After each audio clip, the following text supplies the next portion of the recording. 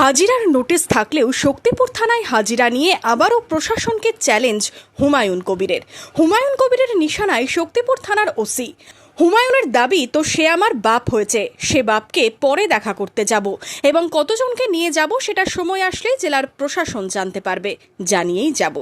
জেলার পুলিশ সুপারের কাছে চিঠি দিয়ে গোটা জেলা থেকে হুমায়ুন কবিরের ডাকে যে মানুষ আসতে পারে বা আসে সেটা আরেকবার প্রমাণ দেব। এর আগে অনেকবার অনেক জায়গাতে প্রমাণ দিয়েছি। আর কি বললেন হুমায়ুন কবির?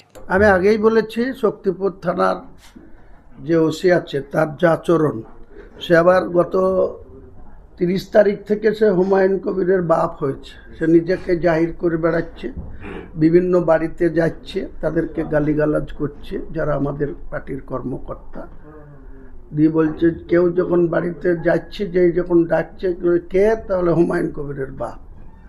তো সে আমার বাপ হয়েছে, সে বাপকে পরে দেখা করতে যাব এবং কতজনকে নিয়ে যাব সেটা সময় আসলেই জেলার প্রশাসন জানতে পারবে।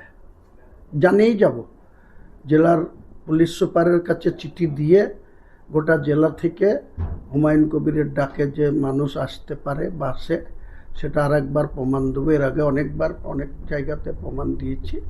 আবার সামনের দিনে নতুন বাপ, তো আমার বাবা তো মারা গেছে 2007 সালে, এখন হঠাৎ করে আবার বাপ হয়েছে, তো বাপের সাথে তো সাক্ষাৎ করতে যেতে হবে। সেটা আজকে যাচ্ছি না, ঠিক টাইম ফাইম করে বাপের সাথে দেখা করতে যাব। সম্প্রতি হুমায়ুন কবিরের কুকথা নিয়ে শক্তিপুর রেজিনগর থানায় অভিযোগ দায়ের হয়েছে। ঘটনায় হুমায়ুনের 3 নেতাকে গ্রেপ্তার করেছে পুলিশ। গত মঙ্গলবার শক্তিপুরে হুমায়ুন কবিরের বাড়িতে যায় রেজিনগর ও শক্তিপুর থানার পুলিশ। বাড়িতে ধরানো হয় নোটিশ। 3 তারিখ শক্তিপুর থানায় বেলা 11টায় হুমায়ুন কবিরকে হাজিরা দিতে বলা হয়েছে। পরের দিন রেজিনগর থানায় হাজিরা দিতে বলা হয় হুমায়ুন কবিরকে। যদিও শুক্রবার শক্তিপুর থানায় হাজিরা দিলেন না হুমায়ুন কবির, শনিবার রেজিনগর থানায় হাজিরা দেবেন বলে জানিয়েছেন তিনি। এখন দেখার হুমায়ুন কবির শক্তিপুর থানায় কবে হাজিরা দিচ্ছেন। Bureau report, Madhyabanga news.